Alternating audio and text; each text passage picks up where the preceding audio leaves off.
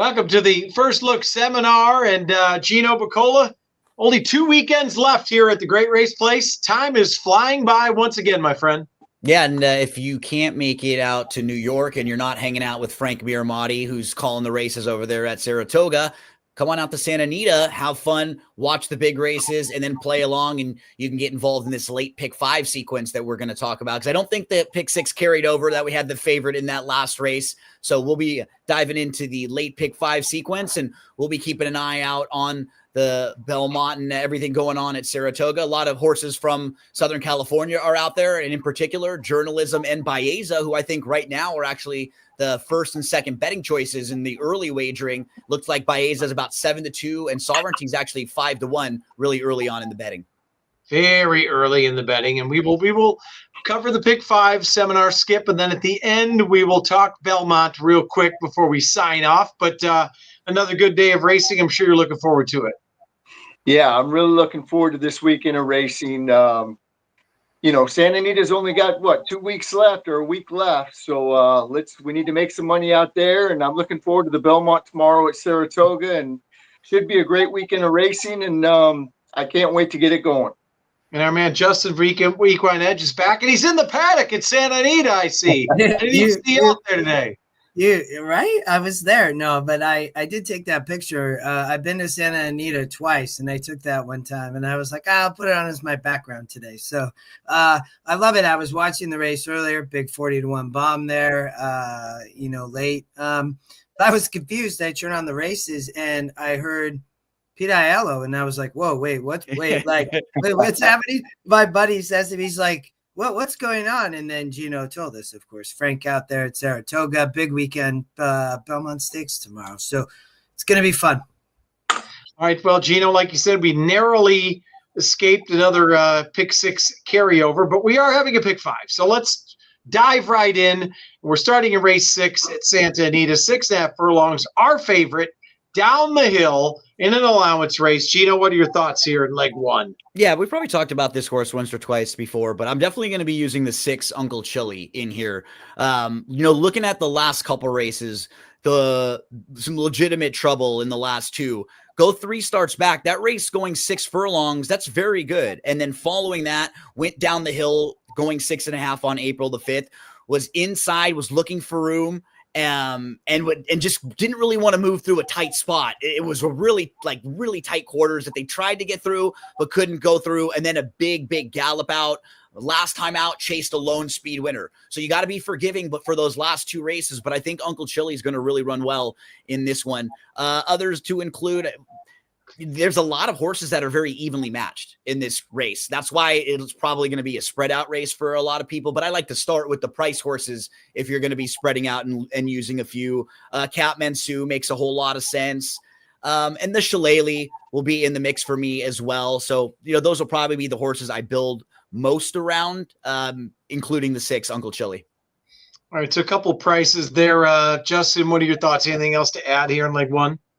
Yeah. I mean, I thought this was a tough race in the sequence. I'd agree with Gino. It's going to probably be a spread race. I agree on Uncle Chili. It's the Equine Edge Scotty Longshot. It's a great algorithm, does really well. I ended up landing on Piper's Causeway for your Uranga. This horse, this is a competitive race. I thought this horse might be able to just sit right off the speed. And I used to riding. He's been riding great at the meet. I thought in a wide open race, our morning line here is 9-2. So, I thought you could get really good value here on a pick 5. You 100% got to use like that because the horse is 8-1 on the morning line. If I don't know how much money it will take, but that would be my perspective. I think Piper's Causeway, you will get much higher than 8-1 actually. And the horse has run down the hill well one time out of the 2 tries, but several ways to go, Skip. I'm with them. I'm probably 5-6 deep in here. What are your thoughts? I'm going to go 3 deep. Catmansu is going to be the first one I'm going to use. I love that Hector Berrio stayed with this one over the 7. This horse, last time it was a speed, they went quick, but the leaders were not coming back. This horse ran pretty good that day. He was basically one of the only ones that was making up ground. I love that Hector Berrio stays on. The 4 is going to be on my ticket. The 7 I'm going to use, that's the one that Barrios gets off and they put JJ Hernandez on. This is a horse that I think will love this 6.5 down the hill. This is a typical miler horse, but those usually like coming down the hill, some of them. I think this one will, I think this horse will really like it. So 4, 7, and the last one I'm going to use is a 12. They finally switched this horse to the grass, and it's run, 2 of its best races. I like it. It likes the grass. It broke from the rail last time and got up. I like it breaking from the outside here today. So I'm going to go 4, 7, 12 to start things off. All right. The only horse I would mention that you guys have not would be I'm going to use the 2 Sir Rocket in there as well. The only time down the hill, he broke from the rail, and I think this horse has some upside. Only ran 4 times. As we know, Drysdale seemed to improve with more racing. So I think we're kind of all on the same page here. A little bit tough race to start out the sequence. All right. We move on to the Grade 2 Summertime Oaks here. And Justin, what are your thoughts here in a field of 7? Cash call 6-5 on the morning line on the outside for Baffert. Never gone 2 turns. What are your thoughts? So you have the Bafferts, right? We got 3 of them, I believe. Yes, the 2, 6, 7, and one going to be a big favorite. I looked at this race using Equine Edge, and then you have the one Thought Process, which has all the speed, but I don't think Thought Process, I'm not sure he's going to really want the dirt. So, I ended up landing on Silent Law, the other Baffert. I will tell you, I talked about the last race, and the Silent Law is 5-2 on the Equine Edge morning line. And legit is also our top win percent, and it's the long shot algorithm. So when I see that in those combined, Chappie, it becomes in a race like this where I didn't trust the 1 and I don't trust the 7, I'm landing on the 6. So. All right, so he's going with the other Baffert there, Skip. And I got a feeling you're leaning to an other trainer in here. But what are your thoughts here? And I think I know where you're going. Yeah, I'm going to take a stand here. I'm not sold on the 7. I don't know. This horse has been real impressive the last 2 starts, but now it stretches out. It's breaking 7 out of 7. I don't know if this horse will like the distance or not, but at 6-5, I'm going to try to beat it. The one that I like is the one that you probably realize, the 4, Our Moonlight. Dean Peterson has this horse. They paid $325,000 for it. It's the Sires Tappet. This horse wants to go 2 turns. The longer, the better for it. First time out, I didn't think it was ready. I was actually out there with a couple buddies that day. And in the paddock, I liked the way it was training, but in the paddock, I said, I don't think this horse is ready to win today. And sure enough, it proved me wrong. It won easily. Then something went amiss with it. I think it had a couple issues. They got it back going. Last race was strictly a prep race. I thought it ran good. It lost by a length, but I liked the way that it was closing. I think this horse will love the 2 turns. Dean Peterson does a great job. Second off the bench, sprinter route. He does a great job with everything. So I'm going to take a shot. I just don't know if the 1, obviously I think it's a better turf horse. She is. So I'm going to take a shot. I'm going to single the 4, Our Moonlight. I really like this horse a lot, and hopefully we'll get a decent price on it. 5-1, I would love that. Yeah, I'm right with you. I figured that's where you're going. I did think we're watching on First TV the last work for Baffert was monstrous. I mean, neither of them gone 2 turns. We're cash call I'm talking about. But I'm big on Our Moonlight in here. I think the upside is huge. Gino, your thoughts here? Well, yeah, that's the thing about this field. Like almost nobody has any experience going long on the dirt. Howen broke the maiden going a mile on the dirt. And then you've got, I think, Alihi's who also win a mile on the dirt. But other than that, you just don't have a whole lot of horses with success going long on the dirt. So it makes the race a little bit tricky. I'm probably 4-7. Probably going to be using those 2. I think the one horse that I'm warming more up to, and I guess it depends on how I structure my ticket. I feel like in this race, the 2 is going to sit because the 7's in here. So the 2 is a horse who I might end up using now because initially I'm looking at this race wondering if I don't know if the 2 really gets the trip. There's a lot of other speed, but the Baffert horses, we see this, right? The 7's going to go. One of the other Bafferts is definitely going to take a hold and sit. I think it might be the 2. So I'm probably warming up a little bit more to the 2. And like the others, I'm taking a wait and see approach with thought process. I need to see one on the dirt. I think this horse is just better on the grass, and it's not the easiest spot for start off the bench either, where there's a lot of other speed at the outside. So I'm a little cold on the 1. All right.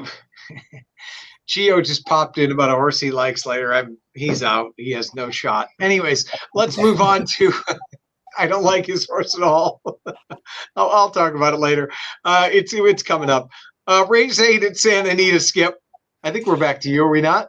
That's a mile on the turf, allowance optional claim. What are your thoughts on leg 3? This is going to be the race I spread out.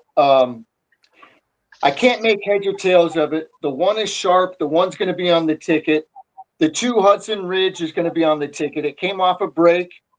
It won nicely by half length. All 3 wins that this horse has won have been on the Santa Anita turf course. The 2 at 15-1 is going to be on my ticket.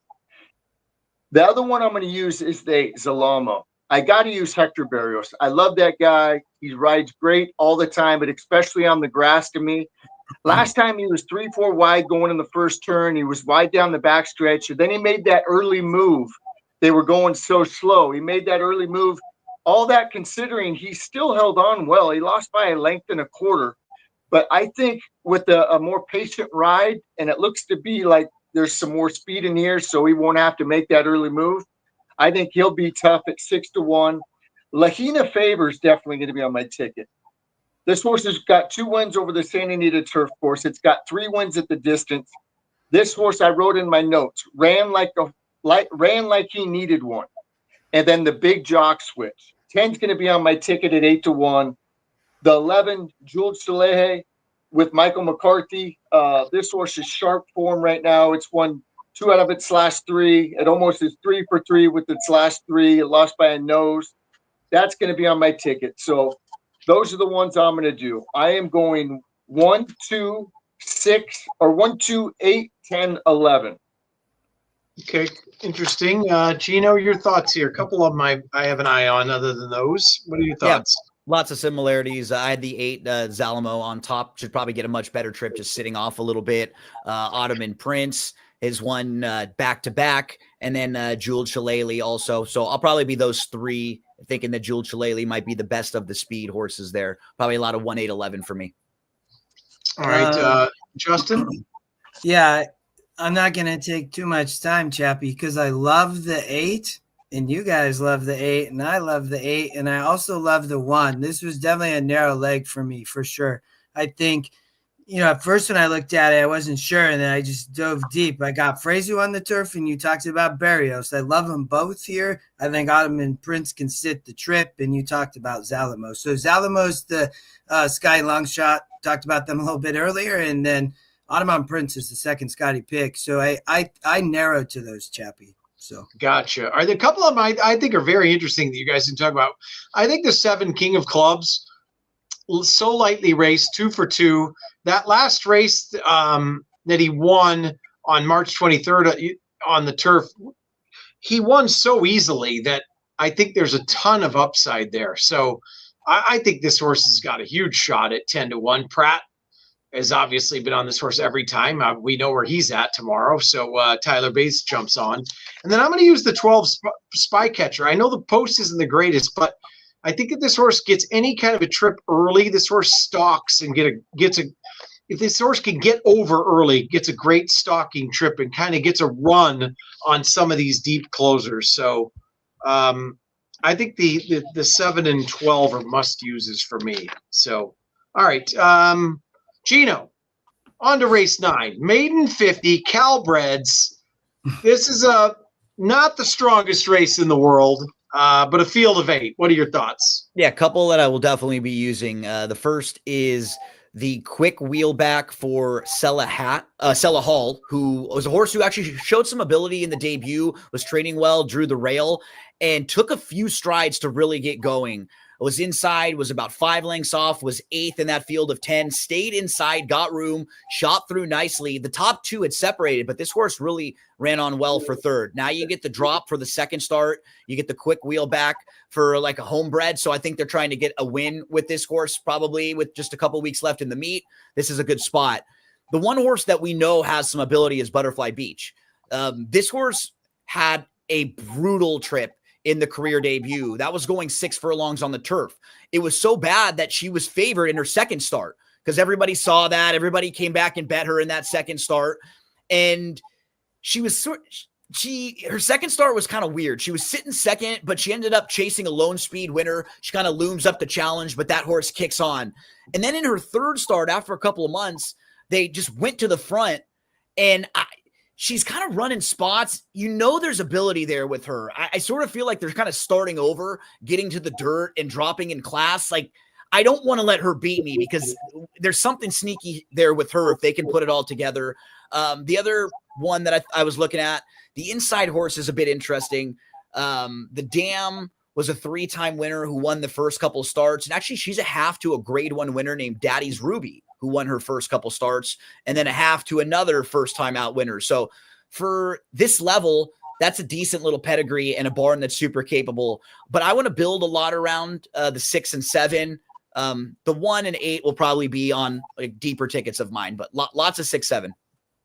I'm thinking very similar to you here. Justin, any thoughts? Any equine edge horses we're missing along the way?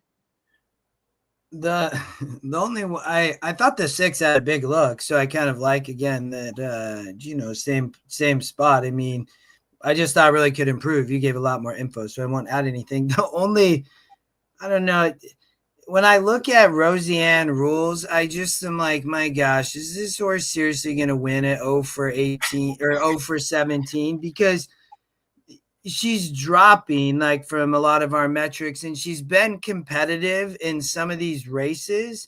And that's the only horse I looked and I'm like, oh my goodness, is this horse actually going to win?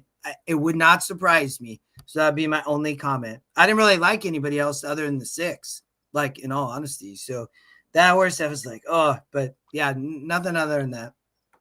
All right. Kind of the outside skipper, and Gino gives a little look to the 1. Any other horses you're including here in your ticket? No, I'm going to go 1, 6, 7, 8 on my ticket. So I can't add anything. Yeah, I'm the same. I'm the same exact 4. So I think we're kind of all on the same page there in a tough race. All right, Justin, back to you. We're closing it out. Race 10. We got a maiden special weight, mile on the turf. Fillies here. Very interesting race. What are your thoughts? A lot of lightly raced horses here, going a mile. Who you got in the finale? Yeah, I ended up landing on the 4-horse with Barrios again on the turf here to close out. I mean, was it Runyon Canyon? Been running at this level. I mean, been competitive for a guy and shown the ability to kind of set off the pace. I mean, comes 3rd off the layoff. I mean, it was pretty lengthy. Those were tough races, though. I mean, it really fit versus this race. And I thought she had experience and could improve, but it wouldn't. I would have to spread here. That's why I tried to narrow in the sequence, kind of in the middle, because I would use others. But that's where I landed on top, Chappie. Skipper? I'm going to use the 2. I've been waiting for this horse to stretch out. Ante for Michael McCarthy. It finally does today. Those 2 races that it ran were sneaky good to me. It just looks like a horse that wants to go farther. It's certainly bred for it. The 2 is going to be on my ticket at 10-1. I'm going to put Runyon Canyon. Justin mentioned that one already. Our main man, Hector Barrios, on the grass is on there. I'm going to use the 5 for Arrogant. Jonathan Thomas does a great job. This horse ran 2 good races also, one at Laurel Park and one at Monmouth Park. Puts the blinkers on. 5's going to be on my ticket. The other 2 I'm going to put on my ticket. I'm going to put the 10, the other Michael McCarthy. Last time didn't run real good, but it had a little bit of trouble. And at 15-1, I got to come back with this horse. 2 races back, this horse ran really good. I don't know if it was just because Pratt was aboard her or what, but at 15-1, she's going to be on my ticket. And then I'm going to put the 11, Edge of Mali, for Jeff Mullins and Fresu. First time in the country, training good. Those are the ones that I'm going to use. I'm going to go 2, 4, 5, 10, and 11. I might add the 12 just because, but I don't know. I might take a stand also, but maybe I'll add the 12 also. Gino? Yeah, I'm on very similar horses. The 2 Ante, who's going to be stretching out. Both starts were almost identical. Like they're like the exact same thing happened in both of the starts for Ante. We've all mentioned Runyon Canyon. Skip talked about for Arrogate. Skip takes all my material, so I got nothing else to say over here. Seriously, no, a lot of the same horses. The 11 ran really well. That horse at Dundalk, that was in Ireland. That was in a field of 14. Horse was sitting fourth, not too far off of it either, just about 3 lengths off, and was just behind the leaders, kind of looking for room, and followed the eventual winner. So the horse who won, this horse was not too far behind. It was a field of 14, so beat 12 other horses that day, ran really, really well. The horse on the outside's pretty live too, Church Lady. So, yeah, this is one of the races that will be a little bit more wide open and a little more spread out. Yeah, I have nothing to add. My top pick would probably be the 11 Edge of Mali for Mullins. And like you said, that race was impressive. And I think this horse finds a good spot here. And the other one I thought Skip mentioned that worked well on First TV and ran 2 good races is the 5-4 Arrogate at 8-1. So that horse is bred incredibly too. His mom, his dam won the Breeders' Cup filly and mare turf. She was a 4-time Grade 1 winner, 4 of 6 siblings, 1 on the turf. So, and she was just kind of figuring it out. So the blinkers and the time off may have really helped her kind of grow up and mature. So she's really interesting. There were 2 Barrios horses that Skip had both mentioned that Barrios both kind of was a little wide on, both in the sequence, Zalamo and then Runyon Canyon. So I'd imagine that both of those horses just get like a little better rides from him. They probably won't have to be as wide. Yeah, it looks like an interesting sequence, obviously. And as we finish this off, let's go ahead and talk Belmont Stakes for a second. Skipper, since your man is Michael McCarthy, I will start with you. Are you sticking with journalism or heading elsewhere? You know, I'm sticking with him. Listen, a lot of it's because of my heart, but I love what I'm seeing. I've been watching every morning this horse on the track, and he looks just as good now as he did 5 weeks ago for the Kentucky Derby. He looks great. I mean, he's galloping. His neck's bowed. He just wants to go. He's ready to fire a big race. I think he's going to get a better trip. I love his post position draw, 7 out of 8. He's sitting on the outside of that other speed. What a lot of people might not realize is journalism's got more speed than what he's been able to show the last few races. He could place himself where he wants to go. And now that he's drawn outside of the other speed, I think he'll do this today. Hopefully, you know, Rispoli will give it a nice ride behind that other speed. He'll get first run on, you know, obviously Sovereignty. Baeza's doing good, looks good. That would probably be my second pick, but I'm all over journalism again. I think he's a special colt, and, you know, I can't wait to watch him tomorrow. Gino? Well, I disagree with Skip. I don't think he looks as good as he looked before the Derby. He looks better, to be honest, which is funny. He does. Like you didn't even know that he's run a couple times. He looks incredible. The girls are talking about having him. He looks like a dressage horse. Like he honestly carries himself and like prances around very much like Zenyatta. You know, he understands that he's the show, that people are there watching him. So he'll be in all the mix for me, but I'm actually going to put Baeza on top. And mainly because of the trip. Like, I think if you're just remembering the Kentucky Derby where Baeza comes running late, that had to do with the post position there because he was in post 19. Pratt had to make a decision. He let all the stuff inside of him develop. He kind of just grabbed a hold, and then he came on late. And it worked out really well. He ran a good third. Baeza was in front of journalism in the Santa Anita Derby, and he sat not far behind Rodriguez earlier in his career too. So just looking at the way the field is, we've got a couple deep closers. You've got Rodriguez and Crudo who are going to go out front. I think Baeza is going to sit right behind them.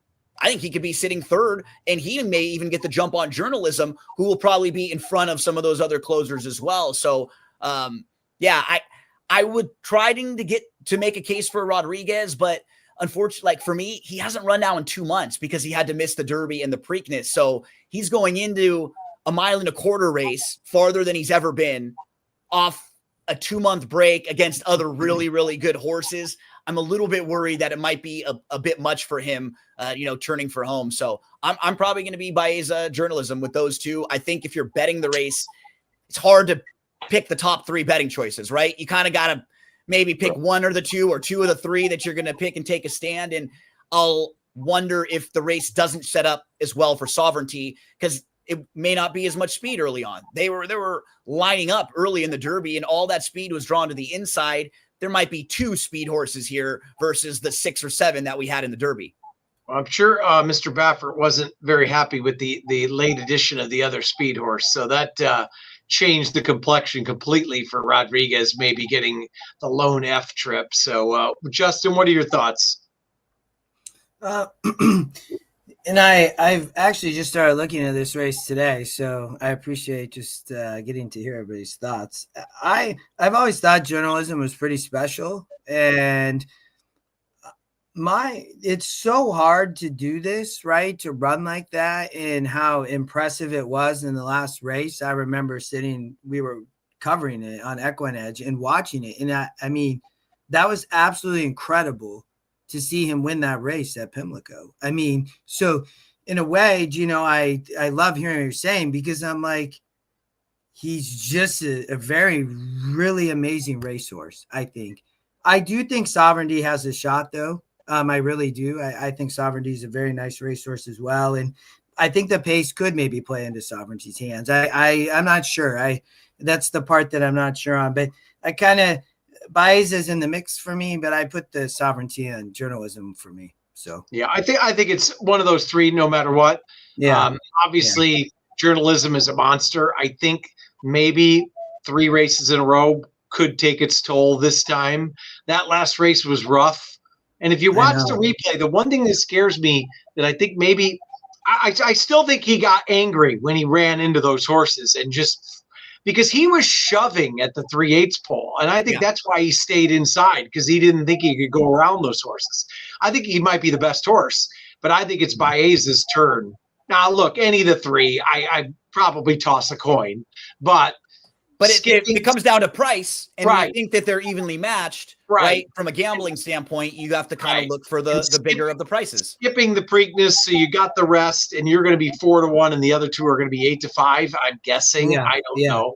I think it's worth the shot on Baeza, who I think Gino's correct is going to sit 3rd and get first run on the other 2. But we should see. It should be one hell of a race, right? I mean, to get all 3 of them back, this is the strangest. Because everyone is so excited for the Belmont for the first time in forever when there's not a Triple Crown on the line, right? Yeah, usually no one cares anymore. Derby winner versus the Preakness, and you get the top 3 finishers from the Derby back in the Belmont. And I think because it's at 1.25 miles at Saratoga, it keeps it more competitive for everybody. There might not be a few that we say, we're not really sure if they can get the 1.5 miles, because we saw these horses get the 1.25 miles already.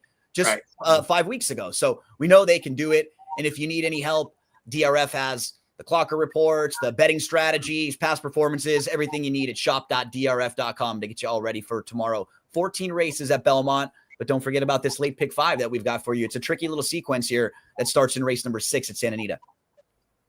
Absolutely. All right, gentlemen, I will see you next week for the final show of the season.